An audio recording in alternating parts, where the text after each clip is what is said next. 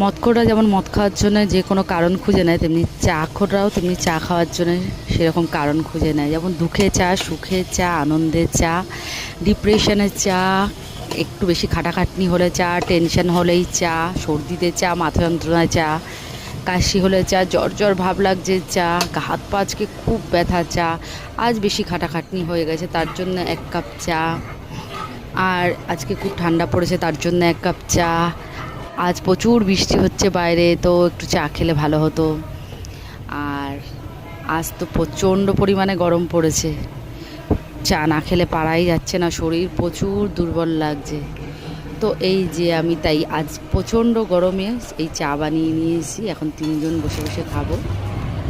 আর আমার ছেলে দৌড়ে গিয়ে পার্লেজি বিস্কুট কিনে নিয়ে আসলো, মানে ছোটোবেলার ঐতিহ্যটা আর ভুলতে পারছি না, পার্লেজি বিস্কুট দিয়ে চা। আর আমার মতো কে কে আছে এরকম চা খোর যে সারাদিনে 4-5